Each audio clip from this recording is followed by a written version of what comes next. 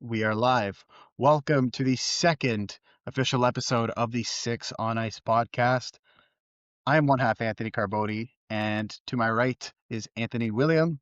We are back. We are very happy to be back. Last podcast we really enjoyed making, so we are back with the second episode of the Six on Ice podcast. How are you doing today, Anthony? Doing okay. Can't complain. It's a key game that's going to happen in a couple hours from now, so I'll be sure to tune in. Yeah, we got a big game ahead versus a team that the Leafs could not beat all season, the Detroit Red Wings, which we will talk about soon. But hopefully, you guys enjoyed the last podcast. We really like that. Like I said, we really loved creating it. It was very fun for the both of us, and we're gonna try and grow this channel as much as we can. So go down and smash the like button. Check out both of us on sixonice.com. The link will be in the description below. And without further ado, let's get into the podcast. So I want to start off where we left off on, I believe it was Friday we recorded or Thursday. Now Saturday comes and they are finishing a very tough road trip playing the Winnipeg Jets in Winnipeg. What did you think of the game? The Leafs had a really big comeback win in the third. Great resilience. No Nylander, of course. Hildeby was in net. What did you think of the game? I think it's kind of a tale of two stories, like we've seen with this core group many times through the last 10 years. It's kind of a Dr. Jekyll, Mr. Hyde kind of type game. The first couple of periods, the Leafs played a very bad game, to be honest. They couldn't make a pass, they couldn't connect on passes, and then they were kind of like, "Oh, it's third period. Let's show up now." And they showed up and they won. Um, I feel with Dennis Hildeby in net that the team does not really provide enough goal support for him, as we see with Joseph Woll. And that's not a criticism of Hildeby, it's more of a criticism of the entire team. Hildeby often has to play the back half of back to backs. Um, and then the team tends to hang him out to dry. And we saw on the Utah game where they got blown out 6-1. Yet, to Hildeby's credit, his save percentage on the year, he played 19 games so far as a 9-12, and Joe Woll is a 9-10 through 20 games. I'm not suggesting that Hildeby is better than Woll, but Hildeby is 24, Woll is 27. And I think you were talking about this at the end of our last episode, that goaltending is a strength for the Leafs. Exactly. Um, Exactly. Yeah, they look really well in net. I mean, I was watching that game and I was just like, you got to give Hildeby a chance. Even the commentators were saying like Hildeby's playing his heart out. I mean, he looks great. I haven't seen him play a really like terrible game yet for the Leafs, which is very impressive to see, which goes back to what we were talking about with the three goalie situation that they have. I guess we'll see what they end up doing, but in this game against the Jets, I mean, they looked pretty bad in the first couple periods, not looking as strong, and then all of a sudden in the third period, the group came together and pretty much stole that game from the Jets. I mean, a good goal from Austin Matthews, a tip in in front of the net by McMahon, and then the eventual winner from Domi to Matthews, which obviously the hill to be all the credit deserved to him. He got the win, but the Leafs pulled back and they got the win for him. I'm very happy to see that the team is, they can be in those games where they're down playing some of the worst hockey we've seen, and then all of a sudden 20 minutes or so they come back and they win. Like you never really see that with the Leafs. It's more of them blowing leads rather than coming back from leads. Who did you really like look at specifically in that game that was and you were like, wow, like they're playing really well? For me, it was actually Captain Austin Matthews, and you mentioned kind of the Domi Matthews connection. They've been phenomenal together in the last several weeks, and I think this is what we were going into the season. I think this is what we were expecting to see.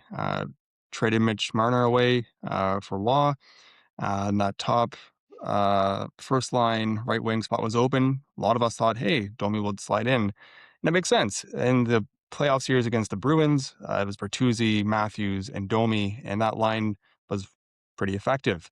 They still lost the series, but still effective nonetheless. And it didn't really turn out that well to start the year. They cycled Michelli up front. McMahon was up front as well. But it just seems in recent games that that connection has kind of been renewed. and it's really interesting to see. I wonder if some of Domi's kind of, um, I guess, aggressiveness or I guess rat behavior is kind of rubbing off onto Austin Matthews. Matthews is taunting fans. He taunted the Jets fans in this game. Matthews is generally, I feel, playing more with a little more bite to his game than we're used to seeing, and maybe that's him just growing into the captaincy. Absolutely. I mean, I love to see that from Matthews. I mean, I'm looking at his stats now. He's got 42 points in 43 games, so he's under a point per game. But with the way he's recently played, I mean, he can easily get back to being over a point per game. And playing with Max Domi, a playmaker like that, gives him another opportunity to keep scoring. 25 goals on the year, leading the team. Obviously, to me, with basically half the year to go, I think honestly 40 goals is manageable with the way he's playing right now. He can get back to 40 goals. I mean, that's a huge step for the Leafs and a huge step for Austin Matthews. Um, Playing with Domi, like I said, what an absolute beautiful connection they have been. They have looked tremendous together, and I'm very, happy to see that he's playing well with Domi. And just to go off that, Matthews, he has 11 goals, 8 assists in his last 12 games, just on an absolute heater. And it's nice to see. If Austin Matthews isn't scoring goals, then we have a huge problem. It's really nice to see that connection kind of revived, and and they're going to need it as we'll get into later on. They have a tough, tough couple of games coming up. They do indeed. So overall, great effort from the Leafs against the Jets. Hockey Day in Canada, big win, coming back. Very excited to see for the fans. Um, but a couple nights later on Monday night hockey or Monday night prime hockey, they take on the, Minnesota Wild, and they come look like a completely different team. A beatdown, as I would call it, an ass whooping, whatever you want to call it. They got beat. They just got beat by a really good Minnesota team from up and down the lineup. I mean, they're already missing Eric Zanek, and you got Quinn Hughes and Brock Faber on the back end. You got secondary scoring from Tarasenko, who's looked great over there. He had a couple stints in New York and Detroit, didn't look as great. Comes to Minnesota, and he absolutely buries the Leafs. What do you think? What did you think of the game? I mean, Wall, another game where he let 6 goals in. Not something you want to see, right? No, I think overall the team looks exhausted. Part of it's the schedule, and I'll come back to that in a minute. But for me, what stuck out was Matthew Nyes, and I know there was talk that he might miss the game. Yeah, I think it was a game time decision, if I'm not mistaken. Yep. But he's clearly playing injured. It's not, and it's not, and even for the last couple of games, I would say it's not the player that we're used to seeing offensively. He's just really missing a step. He's not as aggressive on the forecheck. Clearly playing hurt. I don't know why they decided to play him, especially when you call up Jacob Quillen. Um, you can rejig the lines, but um, to your point, it was a beatdown. It was as if the first half of the Winnipeg game was continued on.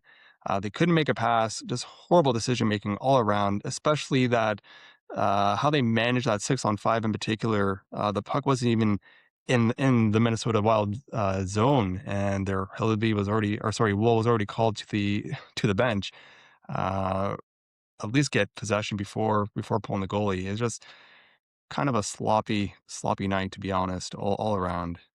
Yeah, it didn't look great for them. And especially, playing at home on Prime Monday Night Hockey, you would think that, being back after a long road trip, you would give the fans something, their money's worth considering how expensive tickets are. And then now you go see that terrible performance and you're like, well, is it over? Are we like? Because I swear, every time the Leafs have a big win, it's we're back, and then all of a sudden when they lose, oh, it's over. Trade everyone, blah blah blah. It's just a roller coaster of emotions that Leafs fans have experienced for a long time, especially you, eh? Oh yeah.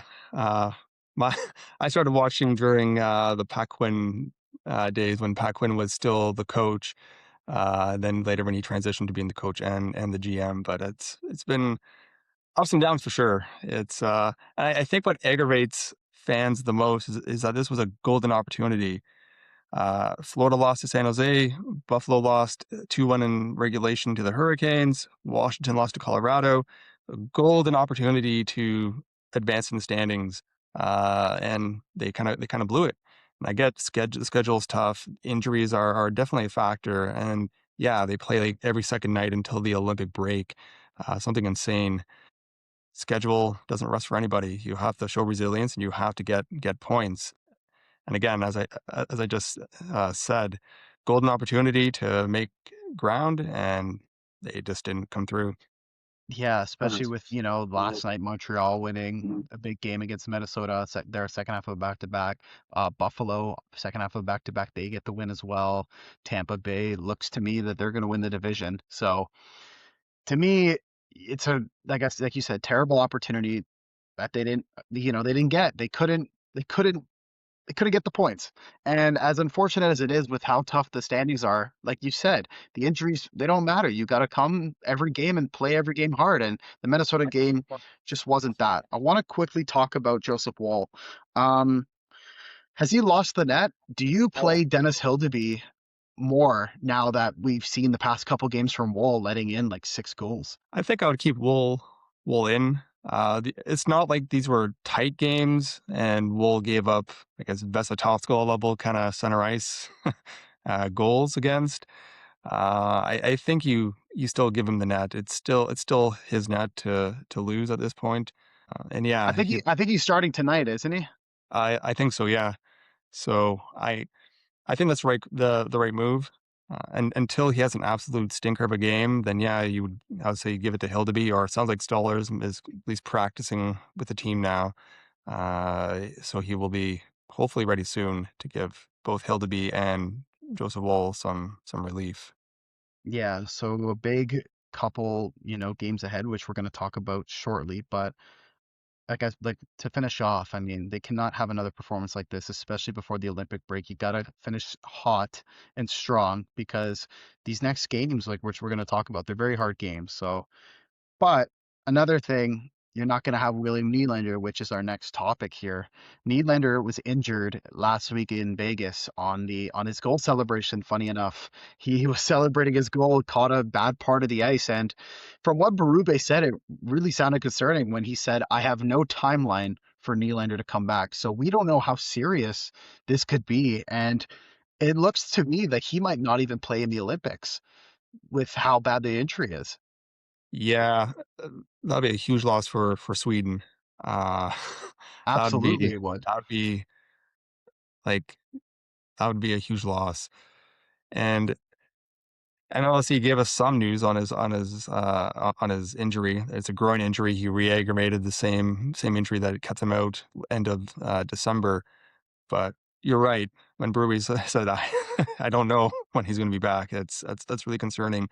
And I think in previous years it would be okay because we had Mitch Marner, and honestly, when we had Marner, Matthews, Nylander, and a younger John Tavares, when one of the superstars would be out, would we really notice? Kinda, yeah, but the Leafs would still truck teams in their regular season, no problems. But given we don't have Marner and Tavares is older, and Tavares clearly has lost a step in recent games, it's absolutely noticeable a Nylanderless Toronto Maple Leafs. And yeah, if he is out for the Olympics, that is a huge loss for Sweden. Yeah, it's also a huge loss for the Maple Leafs. I mean, wow, like that's your leading point scorer right there. 37 games, he's got 48 points, if I'm not, yeah, 48 Yeah, points in 37 48 games. points, 17 goals, which is I think third on the team, and he leads the team in assists with 31. And he's missed Exactly. what over the year? I think he's missed 5, 6 games so far on the year. Yeah, Tavares has played 49 games and Nylander has played 37. So it looks like Okay, 12 of those, because I think Tavares has played every game so far. And I think that's, so. that's 12 games. It's like 12 games for Nylander not playing, right? So I mean, you can only imagine where they would be if he was fully healthy and they had him for most of the season. But this really impacts the team. Like I said, he's probably their points getter right now. He's scoring at a good rate. He's getting good points. He's getting a lot of assists, which from a winger like Nylander, who's more of a scorer, you don't really see a lot of those guys getting a lot of assists. How this impacts the team? Very highly. It very highly impacts the team because do you make a trade because you don't know how long he's going to be? Is there even a point of buying at the deadline if you're not going to have him. Like, I don't know what the Leafs are going to do, especially with how, like I said, how tough the playoff race is. It's really hard to determine what their next steps are. Hopefully, they can get a timeline on like soon of when Nylander can come back. Hopefully before the trade deadline, so at least the Leafs can know, how they should approach it. And same thing for Chris Tanev. We've been without Tanev for months now. Like, you're right. We need to receive some clarity on these injuries. And last I heard about Tanev was that he was considering surgery, which if he gets surgery, he's gone for the rest of the year. Sounds like he's already going to be gone for the rest of the year. So as you alluded to, or as you said in the last episode, do you make a trade for Dougie Hamilton? Do you get another Luke Shen? Do you get multiple mid-tier defenders? The Leafs are in a kind of in a bad spot at the moment. Yeah, Yeah. injuries have just snake bit these Maple Leafs, right? And like, yeah, with Tanev not being like able to play either, the Rasmus Anderson deal like would have been something that the Leafs should have been on, but because like I talked about last episode, them pulling the trigger has been very hard to get those kind of players, and now he goes to Vegas, and you might not It's even always have Chris. Vegas, eh? No, it is always Vegas. They're always taking those guys. The funny thing was about that trade, Boston was in on that, but they weren't going to make a trade if there was an extension in place. Vegas just said, I don't give a shit. Let's just take this guy and see what we can roll with. And then look at their blue line now. They're going to get a Hannafin Anderson reunion over there. And unbelievable. Just Vegas going to do it again. I don't know if they're that strong to beat the Avalanche, but I don't know. It's going to be interesting to see. But Toronto should have been on that Anderson thing, especially knowing with Chris Tanev being out, and they really need to manage this Nylander injury well, and at least give fans some hope, because us not knowing, nobody knowing, it's going to voice concern and it's going to have a lot of noise brought back to the locker room. No, absolutely. And to go off of that, when has Vegas made a bad trade in recent memory? I guess like I'm trying to think. When was a trade that they made uh that blew up in their face? They seem to be willing to take these risks, or what we see as risks, and they just seem to come out on top. I would like to see Trey Living kind of do something, especially if we know that Tanev is going to be out. Yeah, look into moving Morgan Riley, or upgrading on Morgan Riley. Uh, if Nylander's going to be out, and we'll get to this. We have a segment about possible trade targets later in the episode, Yeah. but look at shoring up offense, because if we don't have Nylander and Tanev come the playoffs, if we even make the playoffs, we're not going very far. Yeah, especially if you get Tampa Bay. I mean, Tampa Bay, I mean, look absolutely amazing. And you expect them at the trade deadline to, look for some guys. And like I said, just you need Nylander to be healthy, because imagine you don't know when he comes back. Let's say he comes back in April and then he barely has any time before playoffs start. Different game. It's just he's not going to look the same. He's definitely not going to look the same, and it's just going to be a first round exit. And then we're gonna have all the talk again of like who should go, blah blah blah. So they really need to manage their trades properly, and they really need to manage these injuries and let fans know that, like, give fans some reassurance that we have everything under control, because us being in the dark, especially with Nylander being out, arguably our best player right now, it's not good. Not a good feeling at all. And it gives Berube a lot of options in terms of lines with Nylander in the lineup. Like I mentioned earlier, without having Mitch Marner in our lineup, we have less star power. That's okay. At least have more than enough stars in the lineup, but not when they're injured. So yeah, Yeah, yeah. exactly. It's just brutal to see. But with Nylander being out, obviously the team has to focus and not let that bother them in the locker room, especially with this 4 game stretch coming up. We got Detroit tonight. We're going to preview Vegas shortly because that's going to be a whole segment because of how big it is. The best team in the league, which you did beat in Ball Arena, you got the Colorado Avalanche coming into town Sunday, and then a very hungry Buffalo Sabres team on the Tuesday before heading to the Canadian slash Seattle Western road trip. Um, let's talk about tonight first. Detroit, one of the best teams in the league. John Gibson playing his head off. A very tough game ahead for the Maple Leafs. You got DeBrincat going off. You got Larkin going off. You got Raymond going off. The defense looks great. I've been paying attention to Detroit a lot this year. JVR, you expect the JVR cheeky goal tonight, as he typically does and torches the Leafs. What are your thoughts on tonight's game versus Detroit, a team who has beaten the Leafs all year, 3 straight wins against Toronto this year so far? I look at the next 4 games and I keep thinking, okay, if they can get maybe 6 out of 8 points, but even then, you have teams that are putting on like 7-game win streaks in a row, 8 games, 10 games in a row. I really don't know how. If I'm the Leafs, I can't be thinking, okay, if we could just win the majority of the games, allow us to have one loss in this recent stretch of games, we'll be okay. I think they need to win them all. To be honest, this race in the East is not going to go away. And when we get players coming back from injury, hopefully Tanev, hopefully Nylander, the games are only going to get tougher and tougher as we approach the playoffs. And with everything being so close in the standings, they need to get points, whether overtime losses. Uh, they just need to get points. Bottom line, Yeah, I mean, I'm looking at the strength, the schedule strength of the Leafs. They have the ninth hardest schedule.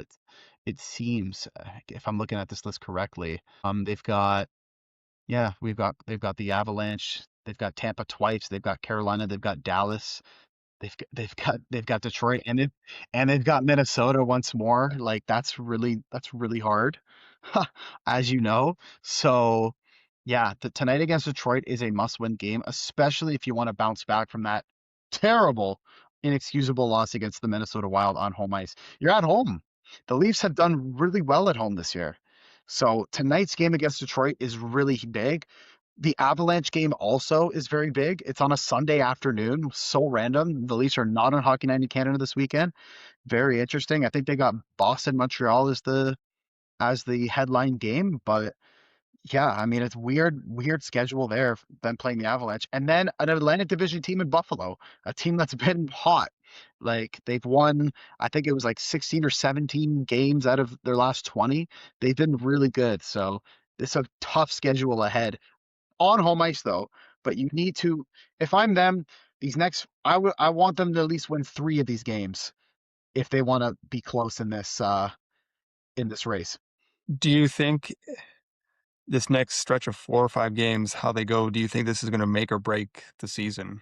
Um, because of how good the opponents are, I don't think then. I'm really curious to see how they do on their Alberta road trip, playing Calgary, Edmonton, Vancouver, and Seattle all within like a week. Especially, Edmonton, a playoff team that they could face in the Stanley Cup final, a young Calgary team who, they've looked kind of decent. Vancouver, I mean, they always struggle in Vancouver. I don't think they've won a game in like a couple years now. And then Seattle, who are also fighting for a playoff spot. Like if they don't walk away with at least 3 or 4 wins on that road trip, I think that'll break the season. But if they go 2-2 in these next 4 games at home, I'm not going to worry.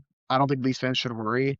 It's more of the next week before the Olympics, how they do on their Seattle/Western Canada road trip. That's a good point.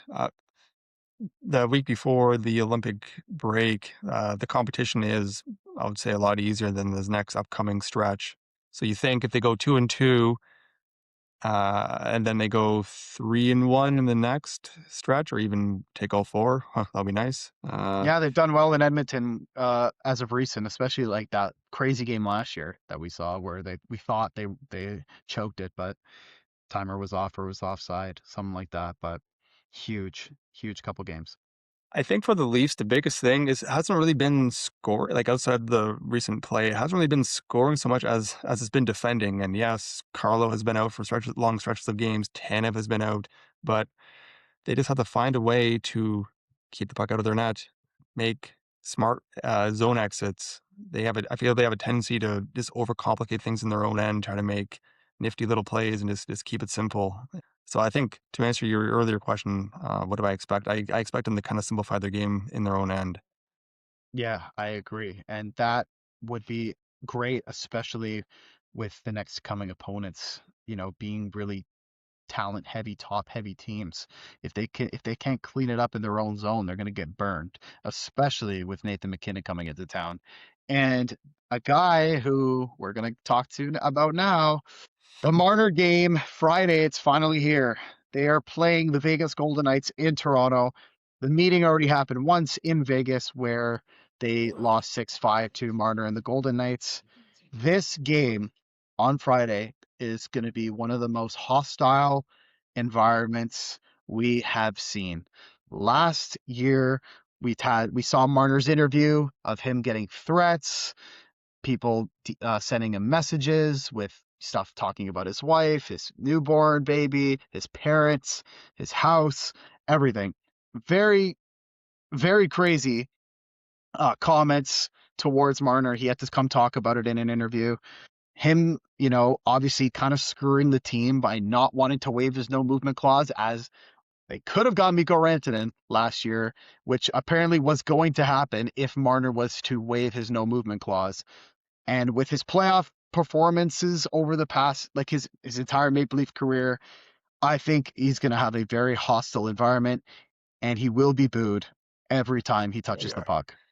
He was booed relentlessly in Vegas for the fans that traveled or that live in that live in Vegas. It's going to be 10 times worse uh, at home in Toronto. I think with Marner, I'm kind of tired of hearing about Mitch Marner, to be honest. As Matthew said, I'm tired of the Mitch questions. Mark, when he snarkily responded back to Masters in the pregame last Friday, I think there will be a tribute, and you have to give him a tribute. At the end of the day, he spent 10 years of his career in Toronto.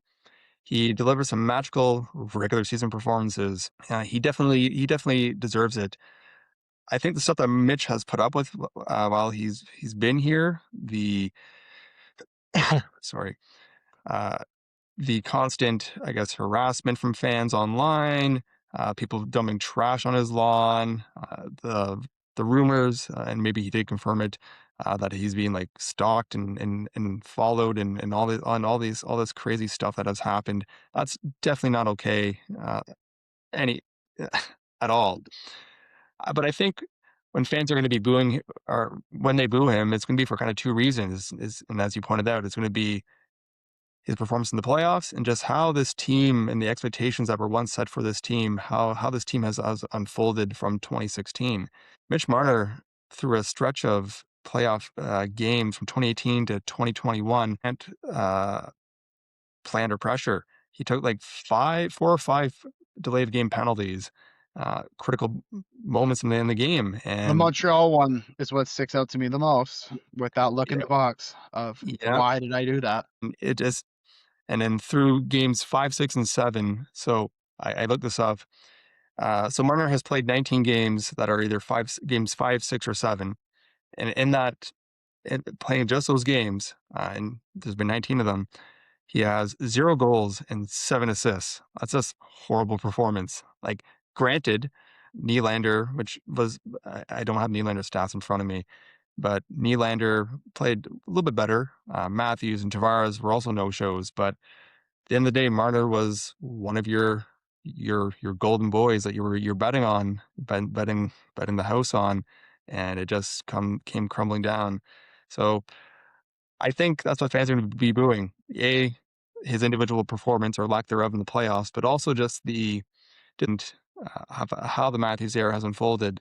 I look at San Jose, just a quick kind of comparison, but San Jose, like that team is going to be trouble in a few years.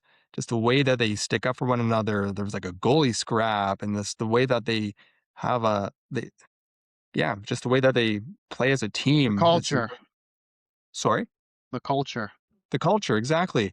That we got some of it last year with under Berube, and we're trying to find it again this about halfway through the season. It's just kind of just disappointing, to be honest. It's just really, really a shame when you had the three-headed monster of Matthews, Nylander, and Marner, and John Tavares, and it just Yeah, it's going to be a very very hostile game. Yeah, I mean, to go off what you were saying, yeah, I mean, the fact that they didn't get the job done yet is to me like, or at least close, is mind-boggling. The fact that you had Marner, Matthews, and Nylander like base almost, if not in their primes, right? Matthews coming off that like almost 70 goal season, and what did they do? What that year? Did they go to the second round that year, or did they lose? I think they lost to Boston. It was that year where they lost to Boston in the first round. Very unfortunate series of events there that you just couldn't like you couldn't get the job done. You couldn't even get close. And yeah, as for Marner coming into Toronto, every time he touches the puck, he's going to get booed. I don't care what anybody says, he will get booed. I don't know. And honestly, even for his tribute, I don't think he's gonna get cheered at all. I think fans are gonna boo. They're gonna throw their Marner jerseys. It's gonna be like bad.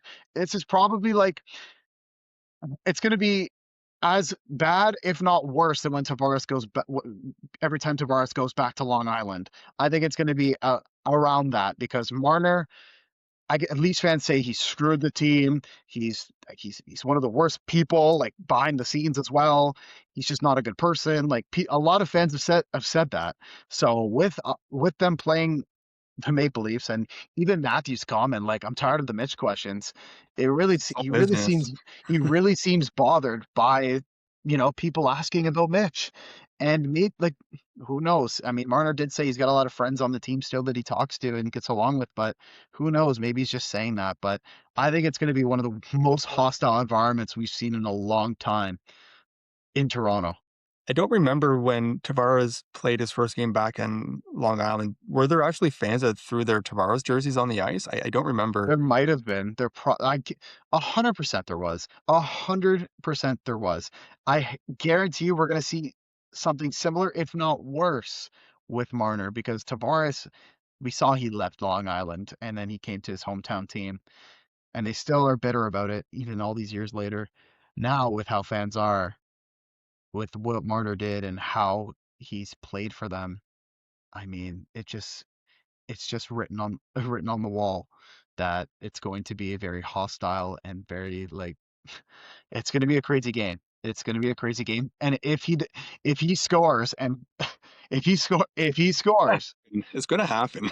that if the Leafs lose this game and he scores like a big goal, like an OT winner, he's going to like shut the fans up. But if the Leafs can hold him down and make him do nothing all game, they're gonna have a fun time. But as for that game, like I don't know what's gonna happen. Like I said, it could either be that the Leafs absolutely shut him out, or he comes in and dominates. I mean, that Vegas team looks really good, and Rasmus Anderson should be playing Friday, so that'll be a big bump for Vegas, especially against the Toronto team. So I mean, is there anything else you want to say on like how hostile the crowd's gonna be? I think the crowd would have been less hostile if we had just one deep playoff run. If we made it to the third round one year, but we looked like good throughout like round one, round two, and round three. We just didn't kind of sneak our way into the second round in 2023. I think if we had just one deep round, made it to the third round, took it to 7 games, Marner shows up, Matthew shows up, Nylander shows up, I think fans would be a lot less bitter. Prior to Shanahan being the president, it was pretty it was a dark time, very dark time, no talent whatsoever on the roster, and then we get gifted 3 superstars. You would have as you said earlier, we would have expected at least one deep run by now, and the fact that we have not had that, I think, and Marner was a big leader in that room for 7, 8 years. It's gonna be really, really hostile, and fans are allowed to show their feelings. They're the one who pay $300, $500, thousands of dollars for tickets and merchandise every year. And yeah, he didn't get it done. They should let him know, remind him. Remind him and just fully just give it to him. It's gonna be a shit show. Let's just say that it's gonna be a shit show. It's on a Friday night too. Very odd. It's just gonna be a shit Would- show. You would have thought that the NHL would have put that on Hockey Night in Canada. It's like a prime like matchup. It's like It's like a It's prime huge. matchup. I don't know. Yeah, I don't know why it's not, but my pay grade, I guess. I guess we will. I mean, we're gonna see what happens. I mean, that's a huge game for the Leafs. Like we said, it's a part of their 4 game stretch at home. Depending on what happens tonight, could be a must-win Friday. Pretty much every game on this 4 game homestand is must-win. So we will see how that plays out. But I mean, Vegas is going to play off a second half of a back-to-back because they're in Boston tomorrow night. So they might play a more tired Vegas. So that's a better advantage for them. So we will see what happens with that. But I think that covers that. I want to talk about this could be the last topic we discuss. There have been rumors of the Calgary Flames obviously going into a rebuild, right? We just saw Rasmus Anderson get traded a couple of days ago, and now what has sparked even more talk in Calgary is the trade of Blake Coleman, who could be on the move, and Nazem Kadri. Some names that have come up for Kadri to go. We have the Habs. I saw the Kings and the Maple Leafs. We could get a Kadri reunion in Toronto from all those years ago when he wore that Maple Leaf on his sweater, giving us some memories, being a part of that terrible heartbreaking loss against the Boston Bruins all those years ago, which I remember so vividly because Yeah. I was like what 10 years old or something like that, and I couldn't stomach that. It was so bad. But there are rumors of him coming back to Toronto, especially with Nylander being out. I think that is a great addition to your team. I would love to have Nazem Kadri back as a Leaf. He was one of my favorite players here. He plays with like a sense of like grit and passion, and it's really unfortunate how things turned out in Toronto. I mean, he got suspended 2 playoff series in a row. I mean, you make the argument, and I wrote about this a lot. Then you make the the rest let those games get out of control. Players enforce the rules themselves, and here we are. And then he got suspended, I think, the year after when he was traded to Colorado. So, but nonetheless, what he brings, I think he brings versatility to the Leafs lineup. And what I mean by that is John Tavares has lost a step. He's fallen back to earth after his really good start to the year. We saw it a little bit in 2023 when they got O'Reilly and they tried JT on the wing, and I think that looked pretty good. With now, if you were to somehow acquire Nazem Kadri, and I don't know what assets you would have to throw at, would it be a Cowan, Danford, and our 2027 second round pick? That's exactly And what I was going to ask you. Was what is the return? Because now what do you have to give? yeah, that's the the $1 million question. If the rumors are true, and I think Elliot Friedman confirmed this on 32 Thoughts, that the ask for Braden Shen last year was Easton Cowan, Ben Danford, and a first round pick, That's or terrible. a first round pick, one of Easton Cowan or Ben Danford, and then something else. Like I read For both. Braden Shen, really? That was that was the ask. I can't imagine what the ask would be for Nazem Kadri. Now, Kadri is 35 years old. He has this year and I think 3 more years after this year at $7 million.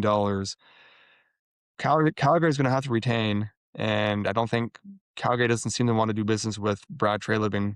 For I guess they're still have hurt feelings over Treliving leaving, but at a minimum, and I don't even know if this is really appealing to Calgary, probably Cowan, Robertson, and a second round pick, but then that kind of also creates other holes in the lineup. Robertson and lesser degree Cowan. I know Cowan has gotten some flack in recent games for bad penalties, but Robertson has been on an absolute heater.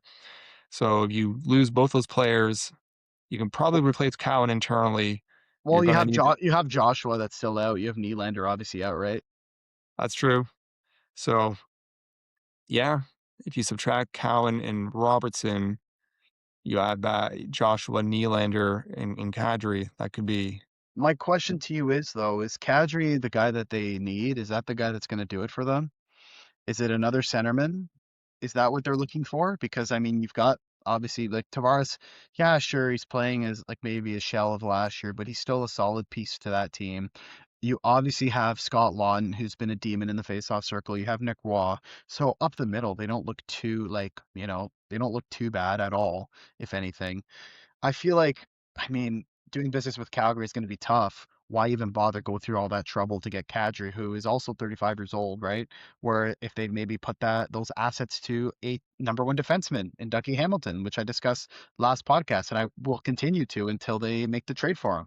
I think Dougie Hamilton should be their guy, if you ask me. But a trade for Kadri, like I don't know what that sees. New Jersey looks like they're willing to trade Dougie Hamilton, keeping him out of the lineup a couple times. So I don't know if bringing in Kadri is the right move, if you ask me. I would agree. I would agree. The problem hasn't been scoring; it's been more defending. And if you can, for me, if you can upgrade on Riley, I mean, get Dougie Hamilton and maybe somebody else, that would be awesome. Remake the the top pair midseason. Let's go. I can be convinced of that. I just don't know what assets we really have to give up. A lot of our players that wouldn't like Riley, for example. If somebody even wants Riley, I'm sure somebody does. Um, he has a no Anybody. move clause. Yeah, Sorry. he does have a home movement clause, and that's going to be tough for him to want to leave. I mean, I always think Vancouver because he's from there. I feel like he would love to play in BC and maybe be a part of a rebuild. Maybe you get some assets in return from there. Like, you never know, right? But as for Nazem Kadri, for me, like, I don't know if he's needed. I don't know if he's needed in Toronto. I feel, like I said, I feel like you could put that towards something else. If Trey Living is willing to spend assets at the trade deadline, I think it should not be for Kadri. But the emotional side of me would love a Kadri reunion. Uh, but I think if they're going to spend assets, it should be for a better D man or upgrade existing D man, even if it's upgrading Myers and Benoit, which we have Thrun and Benning. So I don't know why we're still married to those uh, two defenders. But yeah, I Well, agree. Benoit's name has been thrown out in the trade board in Chris Johnson's trade board. I think he debuted for the first time. He's finally in the trade board. So I feel like he's a piece you could definitely throw at some teams. He's a big guy. He can throw hits. He can play the puck. He can be like, consistently in the lineup. That's definitely, and he's young, which is another great thing. I feel like some teams would like to bite into that and add some physicality to their blue line. You could definitely use him in there. I think Easton Cowan could draw in a lot of, some noise. I would say Ben Danforth as well. I mean, we don't know how good Ben Danforth is going to be. They're saying he's going to be really good. Is he right shot defenseman? Do you know? I think he is. Yeah. Like I said last podcast, it's like a unicorn in this league to find a right shot defenseman. So maybe he becomes something. But obviously, if you're in win now mode with Matthews Nylander and the development of Nyes, I think you want to trade that kind of guy and get a current guy who we know can play well, which would be Dougie Hamilton. Nick Robertson as well would be another trade piece for me. And then just maybe I would even throw in Yarncroke's name. And other than that, I don't really have anybody else. Maybe one of the goalies, like we talked about last week. Regardless, I think the Leafs cannot afford to miss the playoffs. I think their top five pick is like protected, I guess. But if you miss the playoffs, like what do you do next year? You have pretty much the same lineup, and you burn another year of Matthews, Nylander contracts. I think the Leafs need to do whatever they have to make the playoffs. At all costs. Now, as I said last time, I still think this group needs to prove to us that they deserve us to go all in. But at the same point, we're kind of our window is like really, really closing fast. So maybe I need to, maybe I'm going to be on team trade with you pretty soon. Yeah, it's gonna have to be some kind of trigger's got to be pulled, whether it's on forward, whether it's on defense, whether it's in net. Something has to be done if this team wants to do anything and go anywhere. Because, like you said, if they miss playoffs, it's a it's a step backwards. It's something that the Leafs cannot afford right now. And like you said, imagine burning another year of Austin Matthews, Willie Nylander, and Matthew Knies contract. Matthew Nyes, yeah. One of those guys is going to want to trade, and I guarantee you it will be William Nylander. I've got a feeling if any of those guys was to ask for a trade, it would be Nylander because he just doesn't give a shit. he, he wants to come play hockey when he feels. Sometimes, as you can see in games, and who knows, maybe he would look good in I don't know, what's a team that would probably take him? I can't even Vegas. think of one. Vegas. There you go. Imagine he's in Vegas, or he goes to like one of those juggernaut teams in the West. You never know, but it's just yeah, they have to make playoffs. If they don't make playoffs, it's going to be a long summer, and I don't think anyone's looking forward to that. I mean, even if they make the playoffs, like Tampa Bay, Detroit, like even Montreal, like who are you going to beat? Last year we Sa- had kind of the advantage, a very inexperienced Senators team, and my God, they have fallen off the map this year. But their inexperience really showed. This year, all those teams, except Detroit, hasn't been in the playoffs in a couple of years, or haven't been consistently in the playoffs. I think they made it a couple of years ago. Yeah, I just don't know. I just don't know who you beat, and it's it's do or die. It's do or die for this team. It's we're at the point where they just need to find the resilience and need to like win games. It just goes to show how bad they were to start the year, and they were in last place in the conference for a good like month. And it's just with the schedule, how it is. It just really shows how much work they have to do to even just make the playoffs. And then once you make the playoffs, and then the carousel starts all over again. Starts all over again. Indeed, it's going to be very tough hill to climb. So that's where we're going to see where this team is really made of, whether they can climb out of this hole that they're in and hopefully come into a playoff spot, what they could do in the playoffs, and maybe what they could do before the playoffs to bring in good guys for the playoffs. I think that is going to wrap up this episode, our second episode of the Six on Ice podcast. Hopefully, you guys enjoyed. Leave a like, subscribe, tell your friends, comment down below what you think the Leafs should do. If you're on YouTube, if you're on Spotify or Apple, you might be able to do the same thing. But until next time, enjoy these next couple games. We'll see what happens. We've got Detroit tonight, we've got Vegas Friday, and we've got Colorado Sunday, and then on Tuesday, a hungry Buffalo Sabres team. So we will see you guys on the next one. If you wanted to say anything before we sign off, Anthony. Nope, sign us off. All right, we will see you guys on the next pod. Take care and peace.